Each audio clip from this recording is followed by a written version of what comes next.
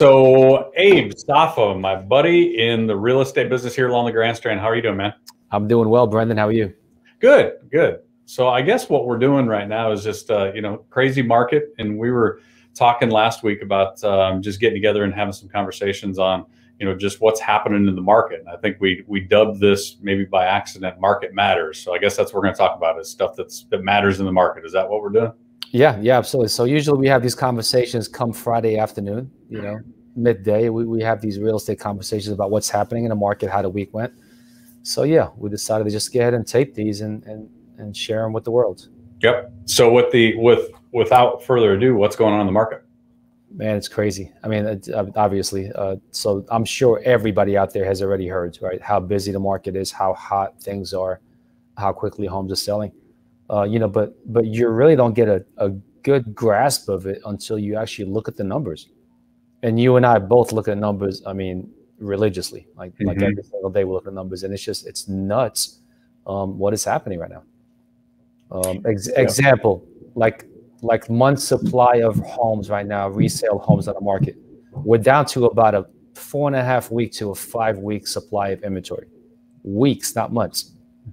All right, so anyone that's been monitoring inventory, I mean, what normal market, like a stable market, a neutral market, not a seller's market, not a buyer's market, is typically around 6 months of supply. That's the real.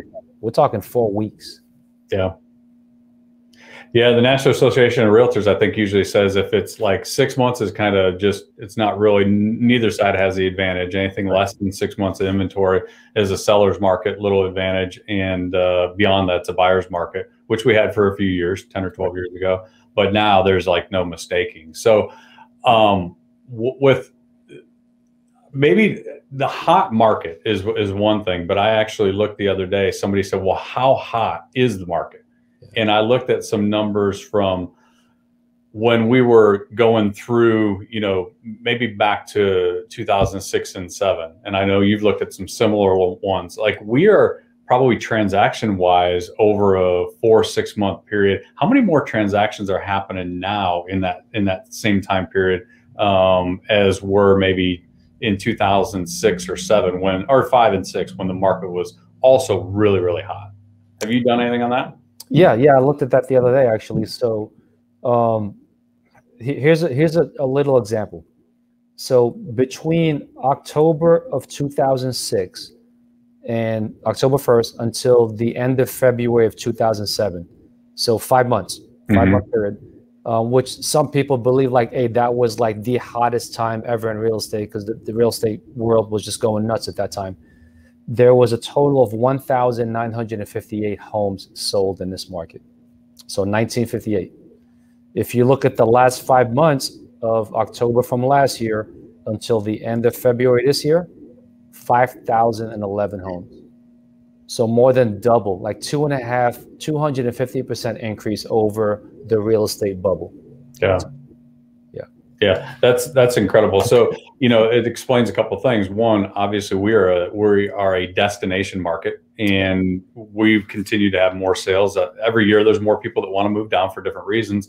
But then with all the craziness with kind of the COVID effect, it's just increased it because everybody that was going to come here already, they're doing it. And there's a lot of people that maybe hadn't thought about it or weren't going to make that move quite as early, and now they're making the move to our market. So with a seller's market, like what's the most important thing right now for a seller that's thinking, or an owner even that's thinking about possibly selling? Like what's it mean to be in a market where there's 4 weeks or less of inventory? Like what's that really mean to them?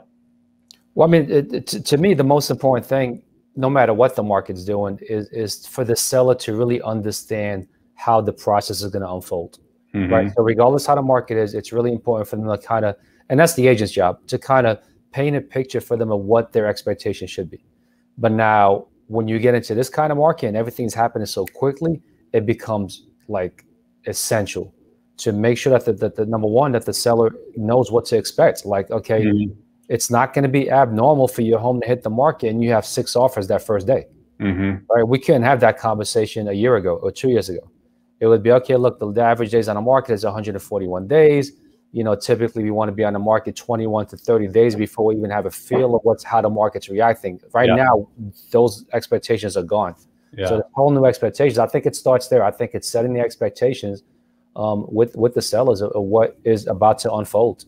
Yeah, absolutely. And this really is, you know, it's not like this had a long ramp up period. We were in a good market 12 months ago, 18 months ago, but then it's just like pretty much since probably the beginning of the third quarter in 2020, it just feels like it's in warp speed. And the interesting thing is unbelievable as it is right now on the seller side.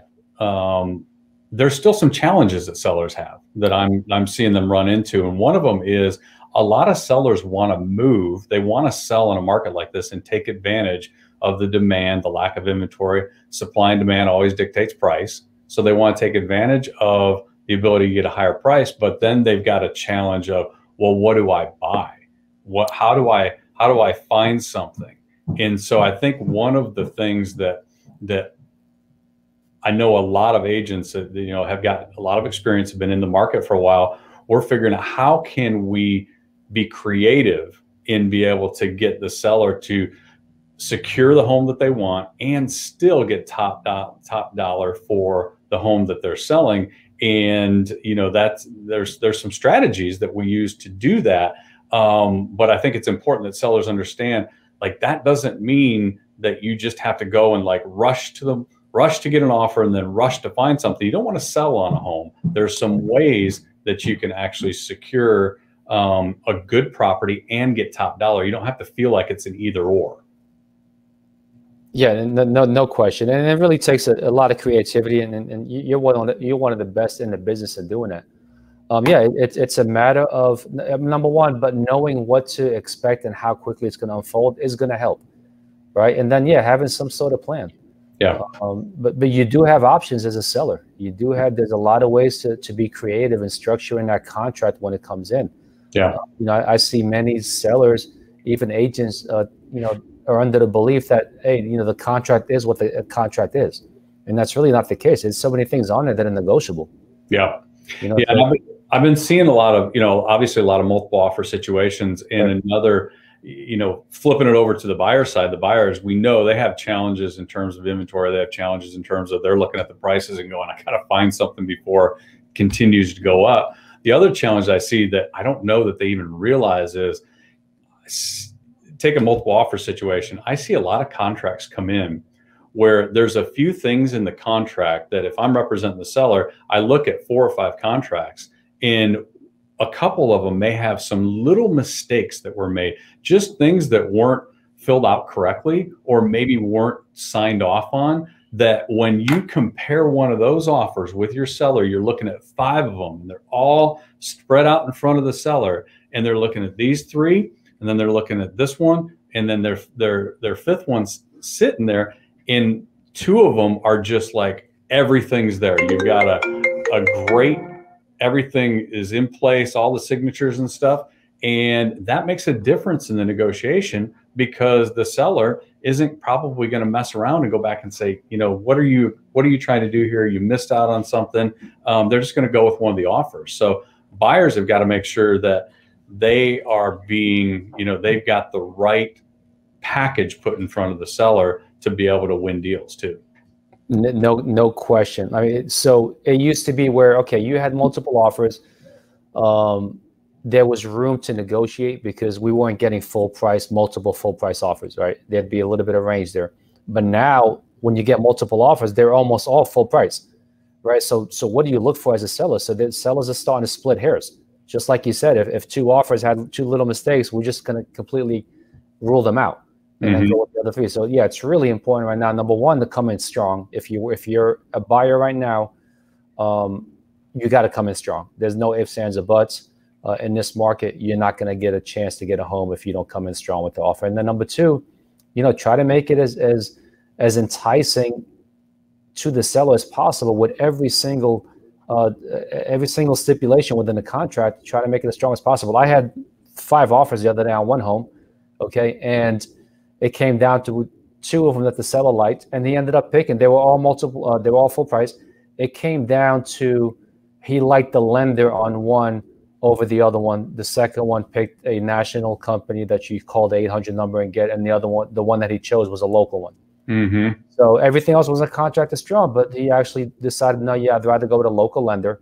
They pretty much are going to know the market better, and I probably have a better chance of closing with a local lender. So something as simple as where you get your pre-qualification letter from is crucial nowadays. Yeah. Yeah, it's not all about, every seller's different. What's important to them is different. And it's not all about just price right now, because the sellers know sometimes you get the price run up. That doesn't mean it's going to close at that price. So there's multiple parts to it. What else are you seeing right now that, from the consumer standpoint, that they need to be aware of? On the buyer side?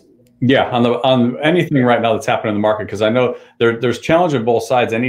When we're in a market where there's this much going on, it's kind of an adjustment, and so we've hit a couple on the buyer and seller. Anything else that you're seeing? Yeah, I mean, there has to be more urgency right now. Okay, let's start with the buyer side. So there's no homes. Like, for example, Barefoot Resort. You know how big Barefoot Resort is? Right. I don't know what the exact number is, but it could be 3,300, it could be 35, it could be 3,700 properties in the Barefoot Resort area.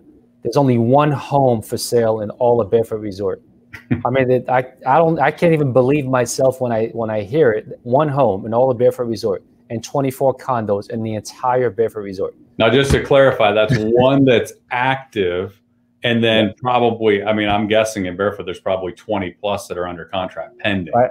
So it's not like nothing's sold. It's when they go on, they sell immediately under contract for a period of time. There's one, if somebody wants to live in Barefoot this afternoon, they can go look at it. That's a great point. I'm glad you clarified that. There's a total of 19 homes on the market in Barefoot right now. Okay. 18 of them on the contract. So there's only one available to buy. So if you want to live in Barefoot, there's only one home that's available to buy. How many people you think we have on our waiting list waiting for a home to hit Barefoot? Yeah. Yeah. You know what I mean? So it's things like that. So it's crucial. You can't wait for the regular process of waiting till it hits Zillow, hits Trulia, because that takes time for it to populate there. You actually have to get entrenched with an agent that really works that community that you want to be in. In this example would be Barefoot. And they have to let you know as soon as a home hits the market, like the second it hits the market, you need to know. Mm-hmm. Otherwise, it's not going to last a day or 2 days. So things like that on the buyer side, I think it's important. Just you've got to get a better pulse and have a quicker reaction to a home when it hits the market. Yeah, I have myself and the agents on my team. We have a conversation with our buyers when they get to the point where they stop looking and they actually start going and visiting properties. And our commitment is to get them battle ready. We want battle ready buyers, because it really is like you're going into battle right now. It's kind of a silly term, but they have to be prepared mentally. Like, all right, what do we've got? We're going in. We know what the inventory is. If you can get them prepared so that they know all the moves that they can make when they find that right house, then they're mentally ready to go and put their best foot forward. And, sometimes even that isn't going to work for every buyer on every offer, but I can't imagine coming into the market and deciding that I'm going to buy and just being like, well, I'm going to go ahead and go find a house over here in Barefoot. Like, you look at the one house and go, okay, well, let's look somewhere else. No, if that one works for you, that's the one for now. Right. Yeah, it's crazy. Absolutely. Yeah, it's like that. So you've got to come in strong if you're a buyer right now. Sellers, you've got all the leverage right now. You pretty much have all the leverage because there is no supply out there. There's a lot of demand, a ton of demand out there, and there's just no supply. You have the leverage. So I think, one of the things right now with sellers, at least what I'm advising my people is you got to be careful. My clients, you got to be careful. For the longest time, agents will look at the comps. They look at, okay, what has sold in the last 6 months? The average sales price per foot is this. Let's look at your features. We'll adjust up or down based on that. And that's pretty much what they were using. But in this kind of market where inventory is getting tighter and tighter by the minute, okay, and prices are going up, it's really crucial. I mean, this, to look at the demand out there, look at the trajectory of the pricing, and you can price your home higher, significantly higher than you have in the past. And chances are you're going to get that price right now because, like you said, that one home in Barefoot, You want to be in Burford, what option do you have? Mm-hmm.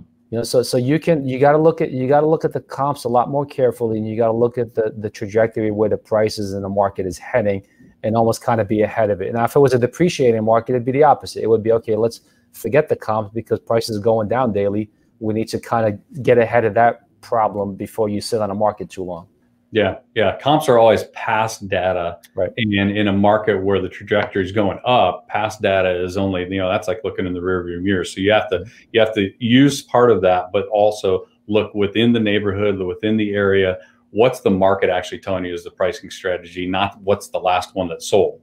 Right. And one of the things that comes up a lot is, and I know agents a lot of times want to go to, well, it's not going to appraise. Well, I'm not going to give away all of our secrets, but there's some things in this market that if you've got a skilled agent, they're going to be able to negotiate something where you're going to be able to get probably a better price than the comps and maybe even the appraisal will show or will support, but still minimize your risk that falls through, or that you have to turn around and renegotiate if you do get an appraisal that doesn't come up. So that's really where the skill set is now. The agents getting offers right now is not, anybody can get an offer, but the skill set in an agent, the value is being able to negotiate the highest price, best terms, and get it to close without renegotiating at some point a bunch during the closing process.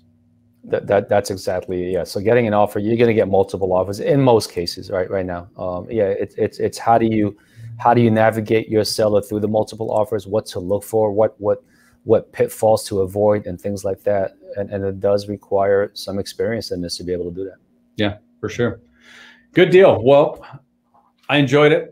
I think we'll come back next week and do this again. And of course, if anybody has questions or comments or things you want us to look into, Abe and I are studying the numbers every day and obviously keeping a pulse on the topics that the buyers and sellers are doing or they're dealing with. So if there's anything specific that you want us to cover, we'd love to do that. And Abe, thanks for hopping on. Have a great weekend. Yeah, enjoyed it, man. You too. And I'll see you in the office Monday. Sounds good. We'll talk soon. Take care. Bye.